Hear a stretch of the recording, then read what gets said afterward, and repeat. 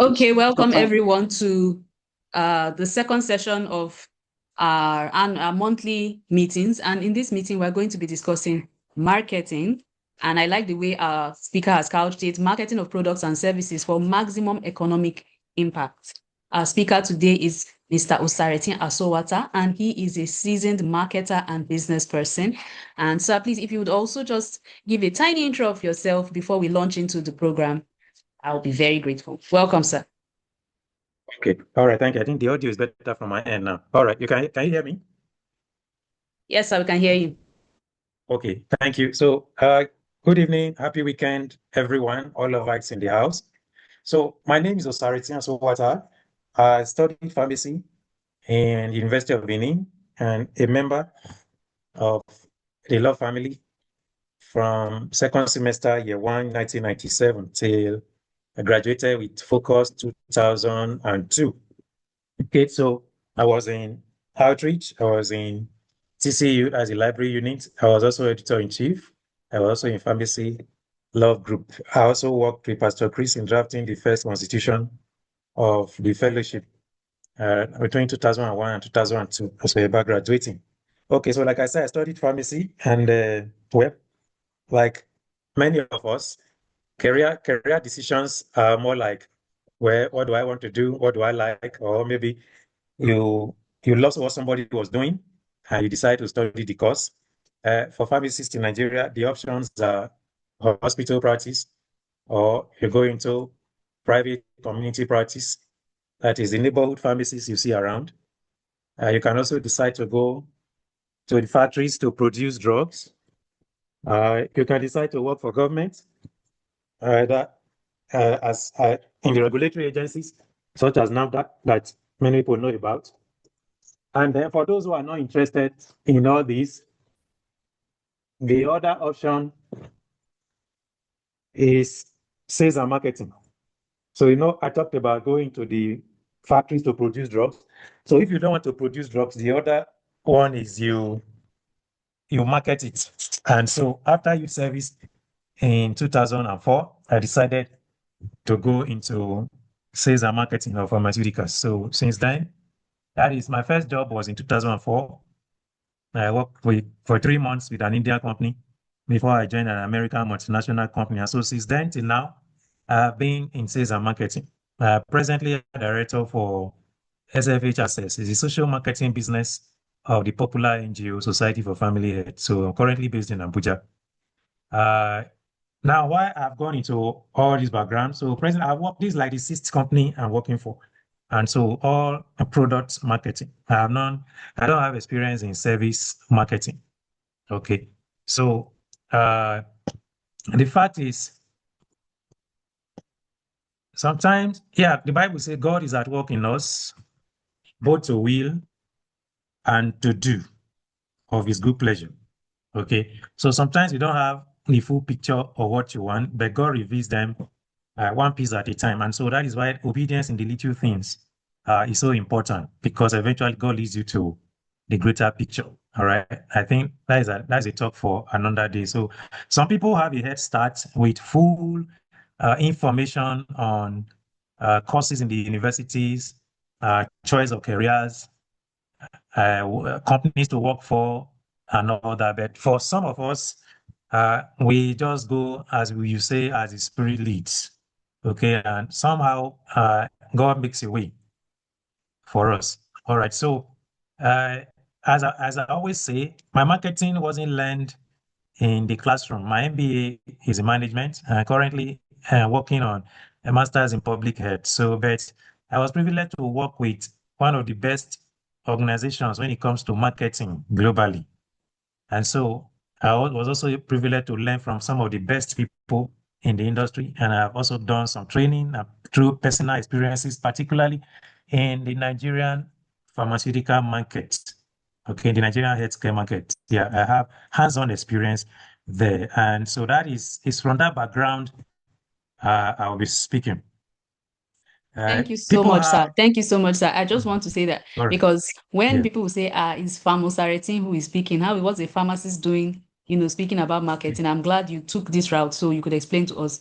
We went into Yeah. pharmaceuticals, and pharmaceutical has two sides, and one of the sides is either you're making the pharmaceutical, the drugs, or you are Yeah. selling, or you are in sales and marketing. So thank you. I like how you said Yes. products Yes. and services, and you've made a distinction. They are not the same. So there are some No. nuances in it. So we are looking forward to you breaking all this down. Thank you so much. We are still here with you, sir. Okay. Okay. All right. So thank you, Tutu. So that is it. So when we talk about so for this discussion, yeah, we look at product services and then making impact, societal impact, economic impact. As Christians, we really need to look at ourselves in the mirror and ask if we are really making God proud. You look at the Nigerian economy today, after 50, 40 years of government failure in the oil and gas, who has solved the problem of local refining of crude oil? Is he a Christian? Who are those solving the problems of food, of the most of the household commodities, food, building materials, uh, consumables, household consumables, oil, and all of them? Who has solved those problems? So these are areas we need to look at. There is an example I always make because well, I don't want to turn it into a session of the type of gospel we preach in Nigeria. But when the wife, the widow of the son of the prophet whose husband died and left in debt, and debtors we are going to take her children as a surety for the debt. And she went to complain to Elisha. Elisha did not command currencies from heaven. Elisha did not give her cash. Elisha asked her, "What do you have in your house?" And she said nothing, like many of us, until the Spirit prompted her. And then she said, "Okay, I have a barrel of oil." And Elisha told her what to do. What Elisha gave her was a sustainable solution. Products. Elisha gave her products. Even though, yeah, the production process was divine, but that was handwork. Elijah asked her, "Go and borrow vessels, transfer the one you have in your own barrel, and transfer it to these vessels you have borrowed." And in that process, the divine multiplication and processing took place, and the woman ended up with several drums of oil. And then she went back to Elisha. What did Elisha say? So now the woman had done production. The next was marketing and sales. Elisha asked her, "Go and sell them. From there, you have enough money. Pay off your debts and live on the rest." I want to believe the woman became a boy after that. Okay, but that aspect is not written in the Bible. So this is that is showing how God works. This message of magic money and magic alert is not in the Bible. So as Christians, if we are going to make impact in our society, see, you need a product and you need services. You must offer something, friends. You must have something you are offering. And it's not just enough to have the skill to produce. You must also have the skill to get those products and services to the market. Like I told you, I was privileged to work with one of the best companies in terms of global pharmaceutical marketing. And authoritatively, I can tell you there are no bad products. It is marketing that makes product bad or good. There are no super products from the laboratory, from the factory. Every product potentially is a blockbuster. But marketing has the final say on the of every product. Okay, so let's just start from here briefly. Simply, marketing means meeting needs in a profitable way. That is meeting existing or potential needs. Yeah, identify existing and potential. Existing meaning that that is the need that you are aware of. For example, you have need to eat, you have a need to wear clothes, you have need for transportation. Okay, but now there are also potential needs. Potential needs, the needs that are there, but you are not aware of.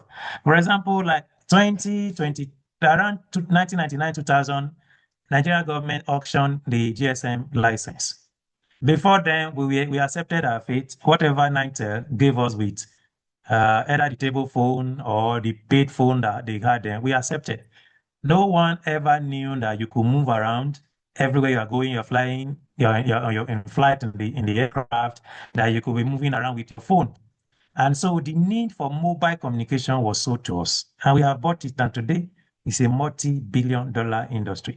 So as you are sitting down here now, you can ask the Holy Spirit, what are the potential needs of the people around you? That is assuming you have satisfied all their actual needs. Okay. So there are different ways. Things like social media, we never knew about them, but today they are integral parts of our lives. People built them. People convinced us that we needed them, and now we are paying for it, and people are making money. So meeting needs profitably. So one aspect is to meet the needs, and the other aspect is to meet it in a profitable way. Because that profitability ensures that it is sustainable. All right. And it is also marketing is also means identifying. So that is why I was talking about the potential needs, and then meeting or satisfying human and social needs. So you can look around where you are and identify the need that you feel is relevant to the people, and then convince them that the solution you have will satisfy that need. Okay. So we can also define marketing as a set of processes for creating, communicating, and value to customers. So value means something of benefit. So what you are bringing, that service and product you are bringing, must be of benefit to people before you can talk about marketing. If it is of no benefit, nobody is going to listen to you. And then you also have to manage customer relationship in ways that will benefit you, your organization, and your stakeholders. So is there a difference between marketing and sales, or marketing and selling? Now you observe that I am using the term or the phrase marketing and sales rather than the common one that we know, sales and marketing. It is deliberate, and this is actually the correct sequence.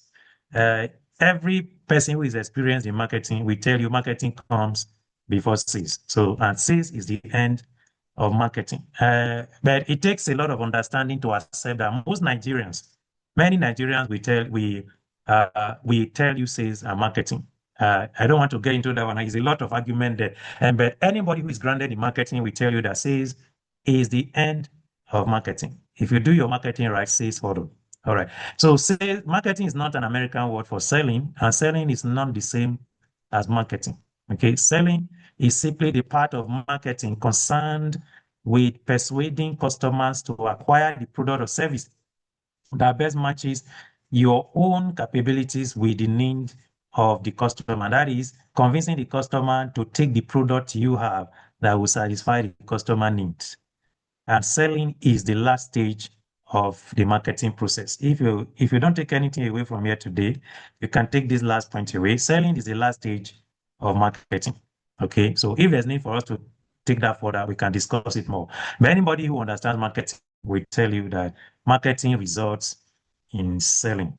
I know there are common practices that we have in Nigeria that created this confusion. For example, the banking staff who comes to meet you in your office or in your home to open a bank account, you call them marketers. Okay, so are they doing when they bring that form for you to open an account? Are they doing marketing, or are they doing sales? Are they marketers in quote, or are they salespeople? But the answer is that they are salespeople. The banking staff that you find on the field asking you to open an account, they are salespeople. The marketing has been done before they came to meet you. Okay, so for time's sake, we'll leave that there. All right. So now we look at the four elements of uh, marketing practice. So the genuine market orientation, that is identification and certification and satisfaction of need. If the product or service that you have cannot satisfy the need of people, there will be no market for you. Okay, if there's nobody in need of legal services, or if the legal service you are offering does not satisfy the need of people, for example, as a lawyer, nobody will come for you. For example, I have lawyers, for example, who do not offer divorce services. They don't go to court to represent clients in divorce cases. So in that case, there's a need, but they have decided not to offer their service to satisfy that kind of need. Okay, so all right. And then heightened environmental sensitivity. You must know what is happening around you. What do people need? What do people want? Where are people moving to? So, for example, everybody is talking about Gen Z, new generation. Now, if you are a smart person, you will sit down and say, okay, what the Gen Z is, what do they want? For example, you are a pastor, you want to start a ministry. You have to be able to sit down and say, okay, the generation, who am I reaching out to? Who has God called me to reach out to? I know that when we talk about ministry, a lot of people don't like bringing in business or marketing principles into it. And that explains a lot of the reasons why some ministries are successful and others are struggling. Bringing in marketing or scientific principles, business principles into church, into running your church does not make it worldly.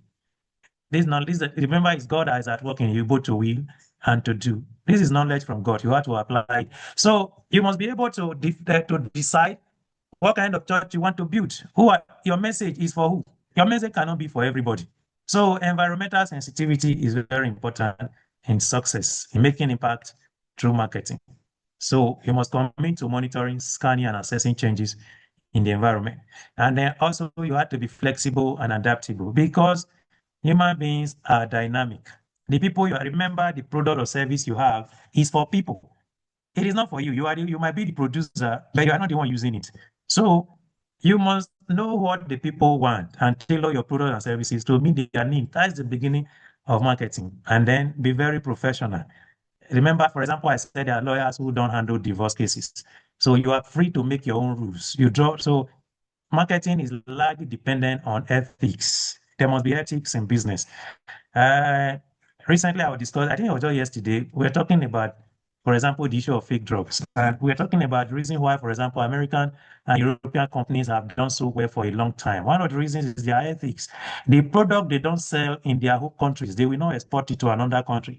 Now, that situation is different from people from some other countries, where, for example, you can have a product they label export only. They don't sell it in their own country, but they export it to other countries. So ethics is very important. As a professionalism, you must be very professional. For example, you don't just take any job because they offer money. You can turn down the job irrespective of the money promise because of your professionalism. For example, they're asking you to compromise on aspects of your practice and you cannot do it. You can turn down that particular job. It makes you stand out. So professionalism is important in making impact through marketing. So this is the popular marketing mix. I'm sure we know the 4 Ps: product, price, place, and promotion. Now, this has been extended. So I'm not talking about 5 Ps, I'm talking about 7 Ps. So some have now added people, internet marketing, and some other factors. But traditionally, these four, they are known as the 4 Ps of marketing. You must have a product you're bringing to the market. And then you must offer that product at a price that is profitable and also affordable at the same time. So you don't price yourself out of the market. And then the place, where is your product? Where are you going to place that product or service for people to access it? You're setting up a legal practice. Okay, so where do you want to locate it? For example, there's people say, for example, in my profession, in pharmacy, for example, people will tell you location is everything. They will tell you. So place is very important because your product must be in a place where people can see it and where people can access it. When they need it, how easily can they get it? Okay, so that is why internet, everybody is now on the internet. You must be findable. Remember, in basic relationship teaching, they will tell you, he who finds a wife finds a good thing. And then the preacher will also say, then he who must be found must also be findable. It's the same thing in business. Your business must be findable, physically and online. So then promotion. How do you get your message across? Promotion is the communication of the unique qualities about your product or your services.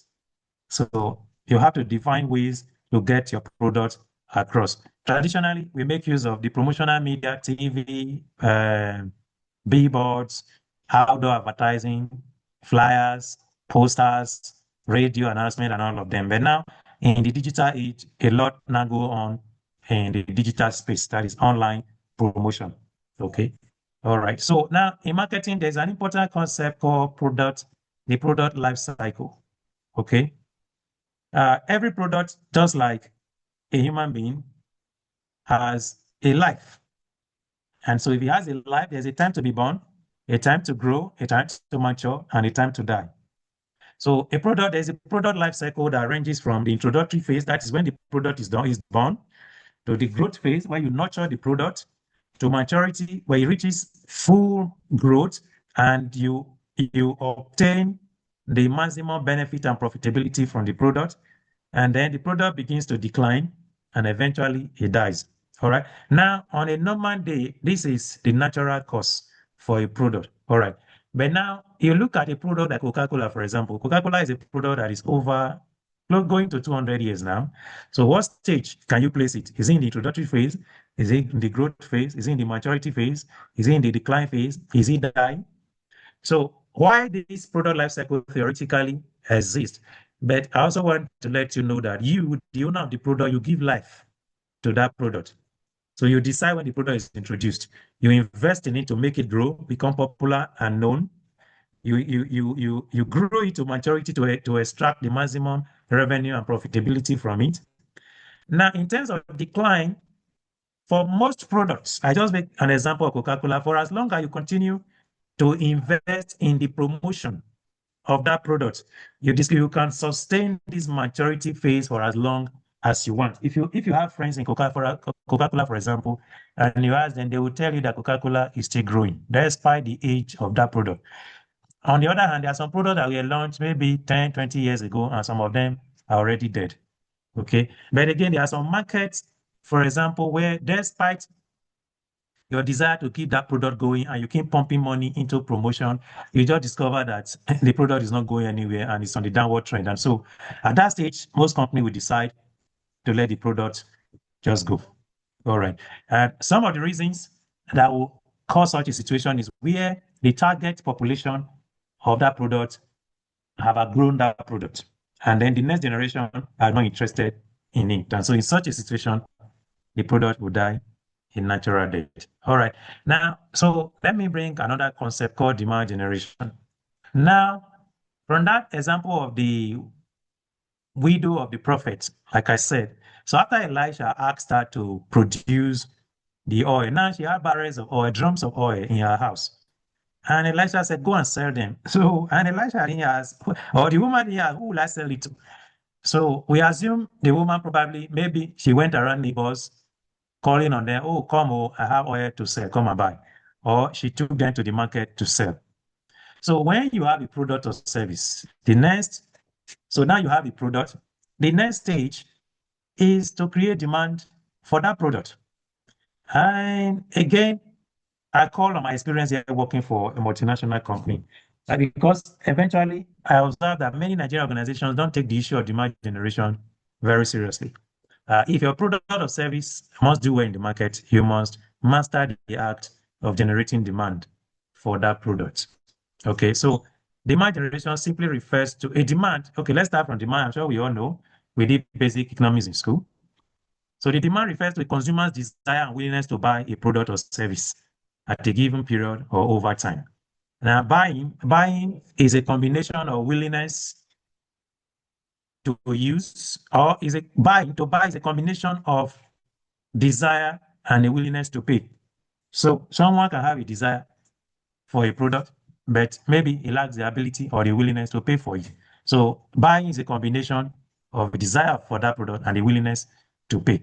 Correct. Now, effective demand is a demand that is backed by cash, demand that is backed by money. So people have what's called window shopping. So people come around, maybe you run a shop, a physical shop with products to sell. People come around, walk along the aisle, make price inquiries. At the end of the day, they walk out. Or as a lawyer, somebody can even stroll into your office, gist with you casually, and then they go out. Professions like medicine, I think even law to some extent. So they have been able to develop those professions to a level where before you can see the professional, you must pay. You pay consultation fee. Even if it's just to knock on his door, you pay. Okay. The other day, I went to a dental clinic. I paid. They didn't do it. They just did an examination, and since they didn't have a solution to my problem, my money was gone. That was all. I couldn't say anything. Okay. So the demand is the consumer's desire and willingness to buy a product or service at a given price and period. Now, effective demand is demand that is buy by cash. The customer, apart from just expressing a desire for the product, must also have money to pay, must have money to pay for it. Now, to be a successful business person, a successful marketer of that product and service, you must be able to locate customers who need your product and those who have the money to pay. So this is the essence of business location.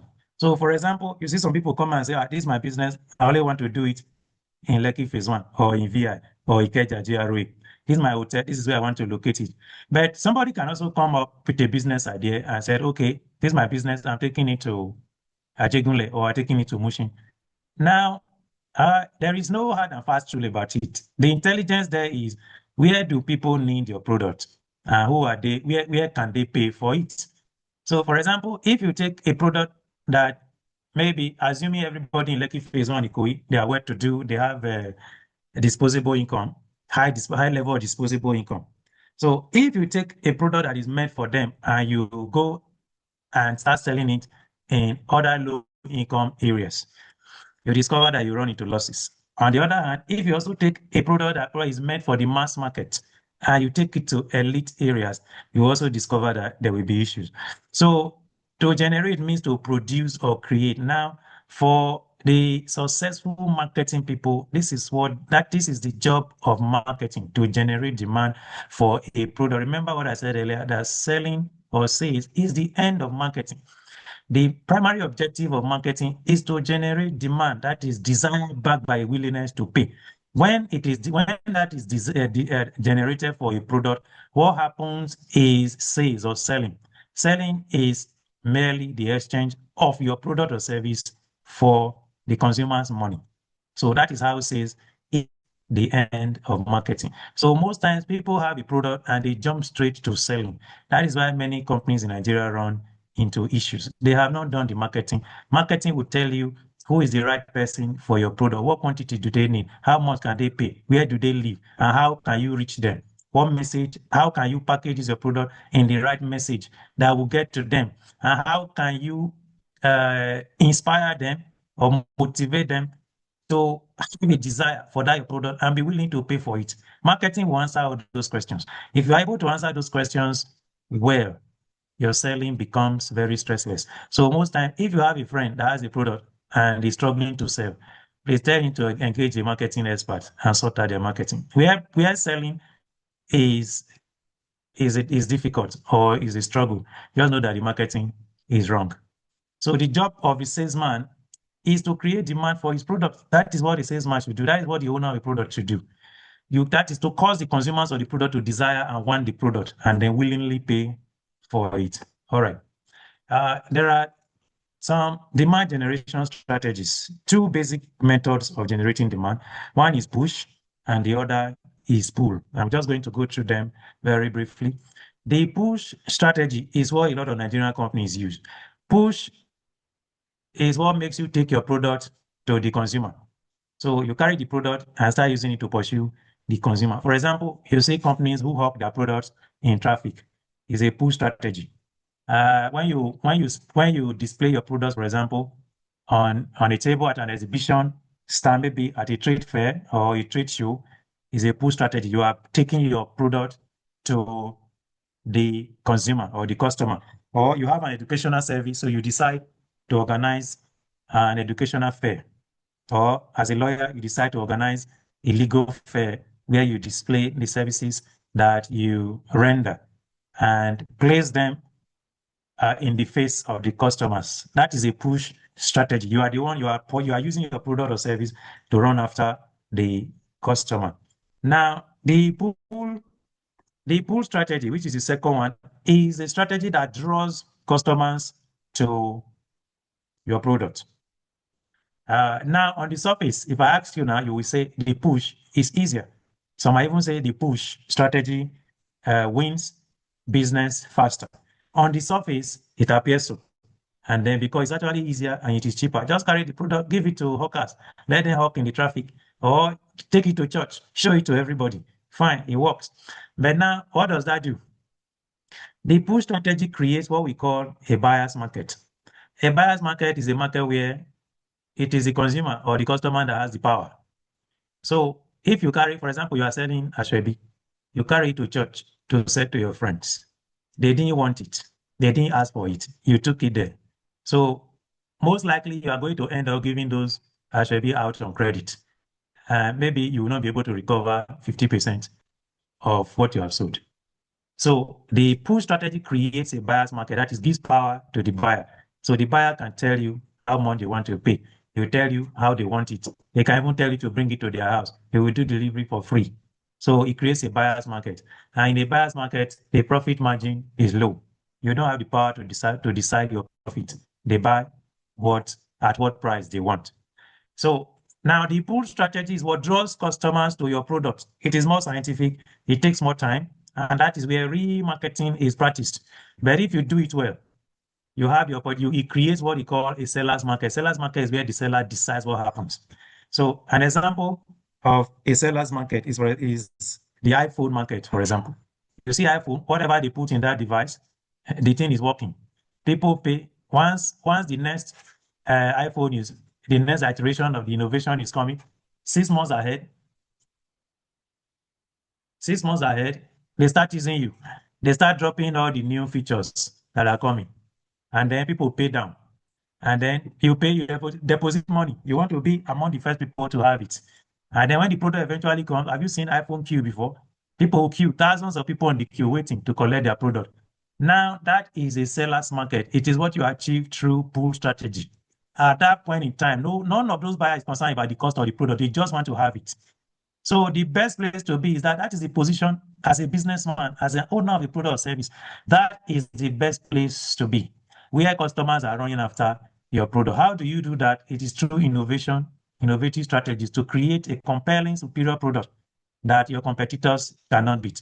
And then being able to communicate the value of your innovation, just convince them. Actually, a lot of people agree that Samsung phones might actually be better than the iPhone, but that is science. But marketing has positioned iPhone as the superior product when it comes to that segment. Okay, all right. So that is it about pull and push strategy.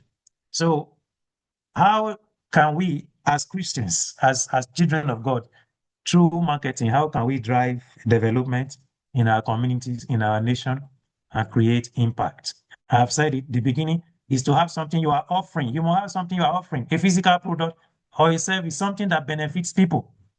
If you have the calling of God on your life, now it is your responsibility to develop that calling into tangible product and services that changes the lives of people.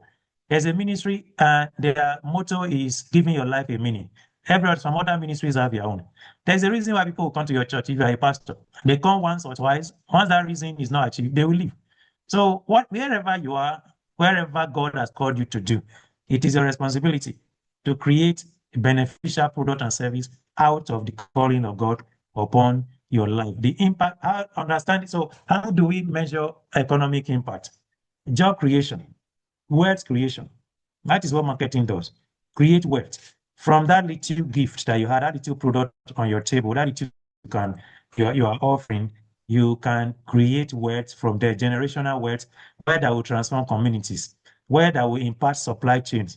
For example, I just mentioned a single individual who solved Nigeria's fuel crisis.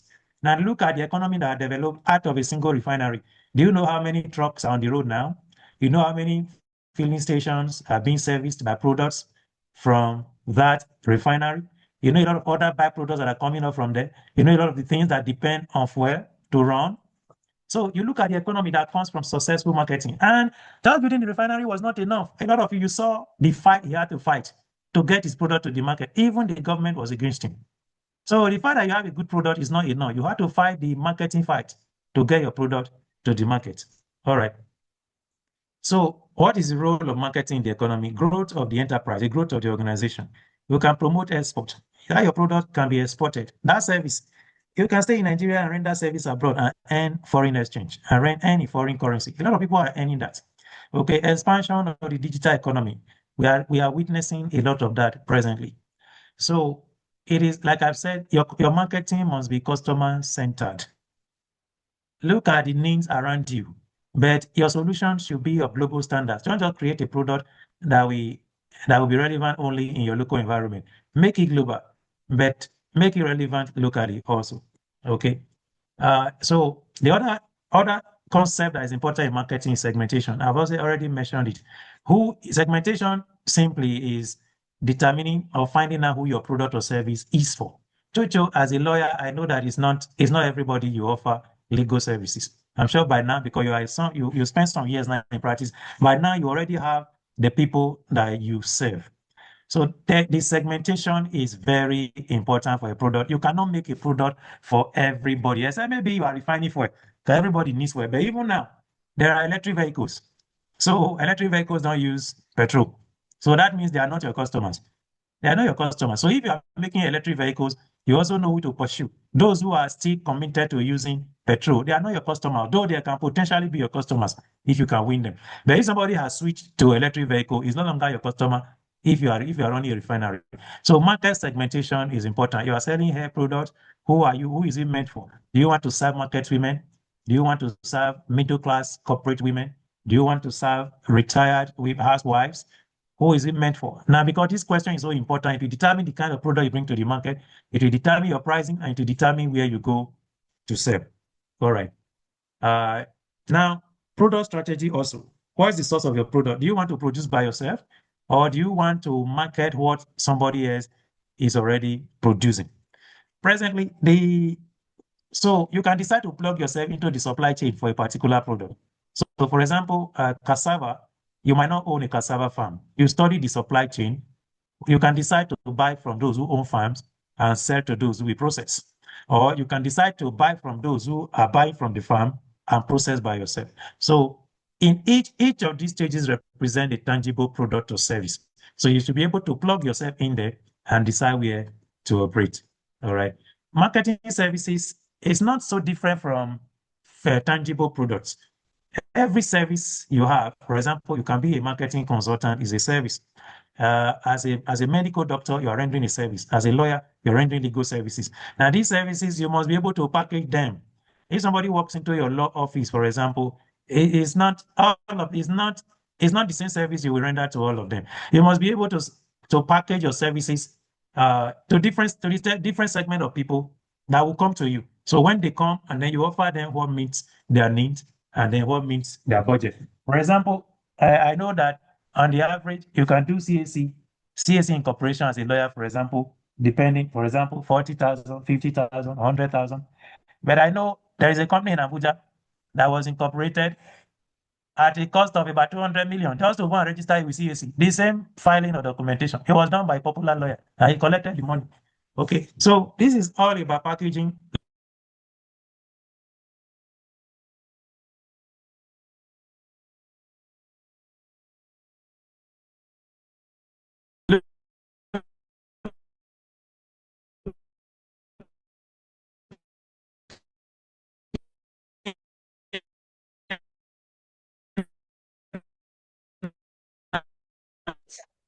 Okay, we seem to be I'll call you experiencing back. I'm inside a meeting. Can you hear me?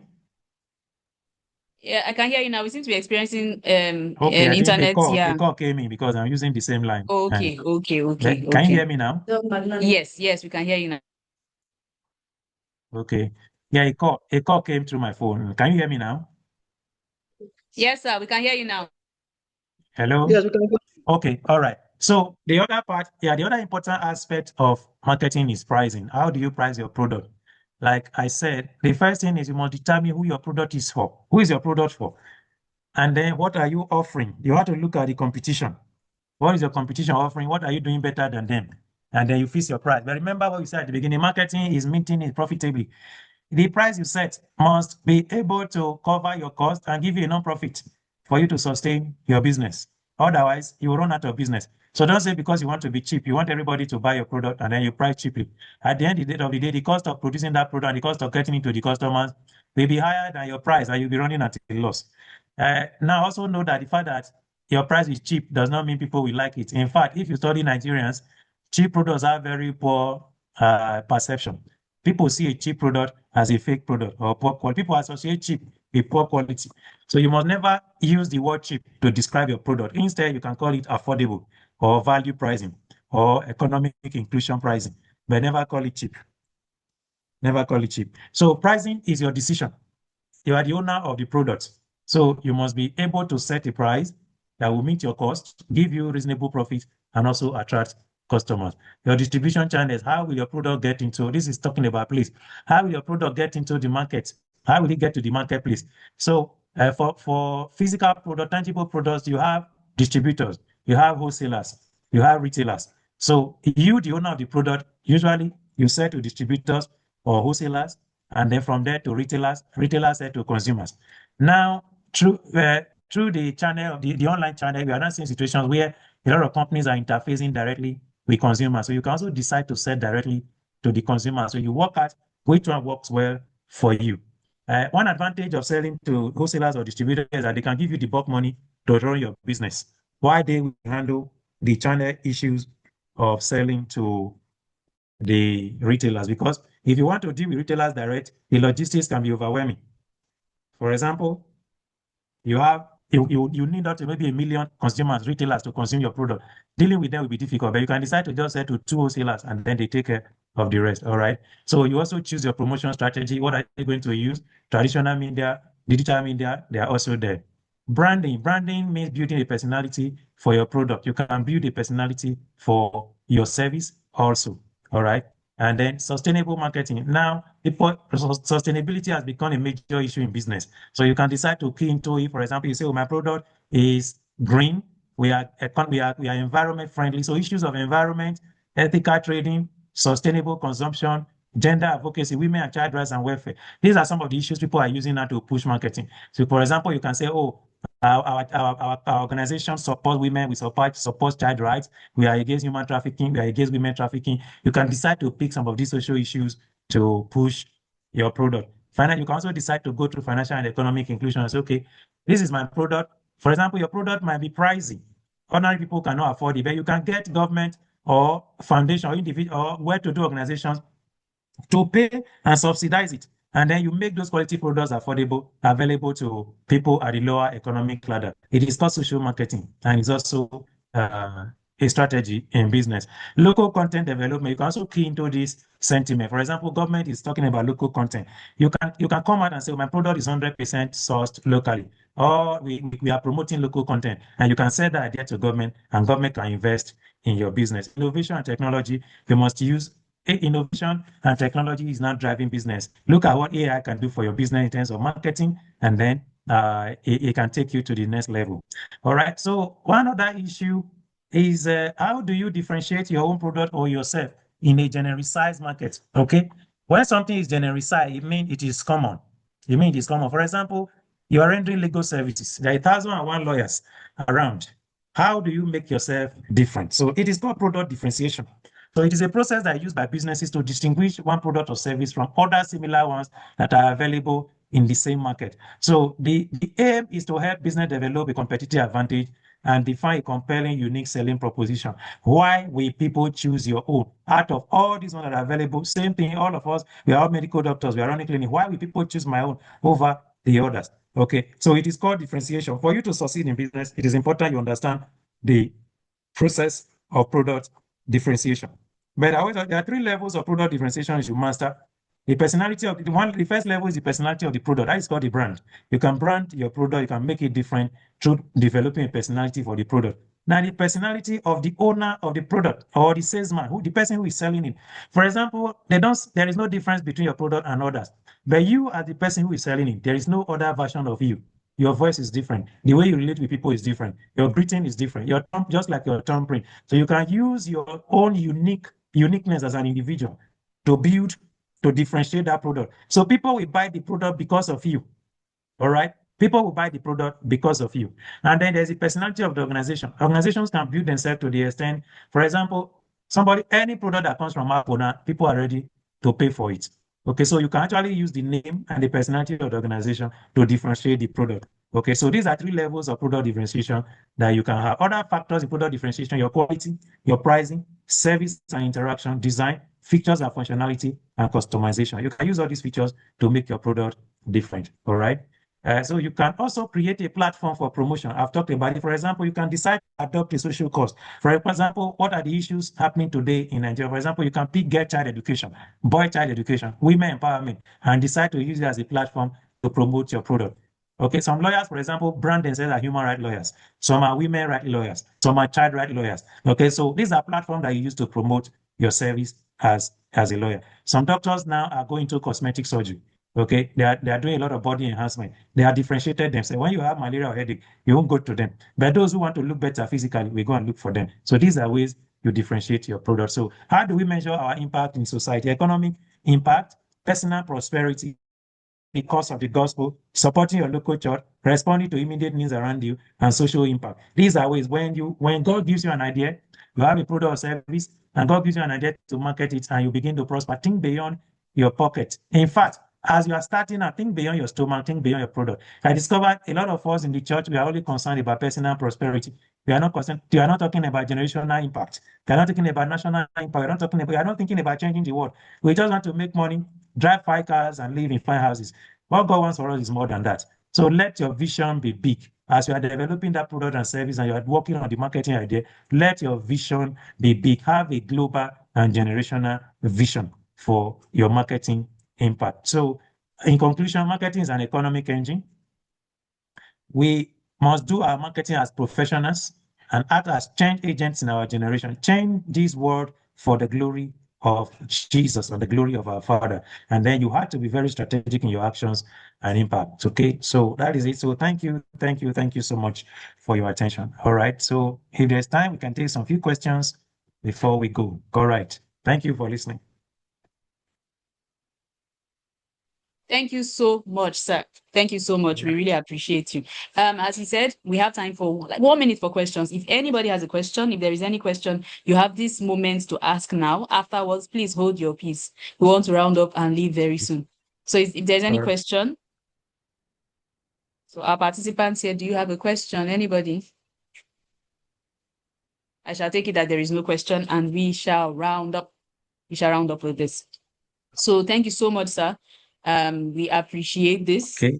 We are very grateful. Thank you for your time. Thank you for this. You have impacted us and we really appreciate it. I learned a lot, especially about the pull marketing, right? Some things we do automatically, we don't realize what we're doing.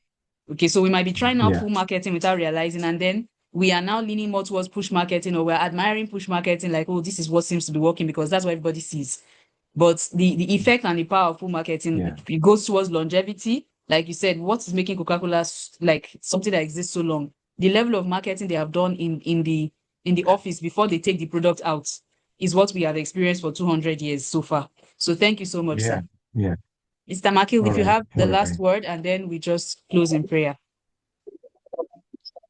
Thank you, sir. Thank you very much. And as a marketer myself, I quite understand, and I'm in line with what Reverend said, Reverend Osaretin said. And so when people tell me the kind of marketing or sales, I always laugh, because people do marketing every day or sales every day, directly or indirectly, and they don't know. For example, now if I want to toast the babe now, it's still sales, it's still marketing. So if I want to get something, so if people don't understand that future business or it's sales and marketing, so thank you very much, Sariti, for this reminder.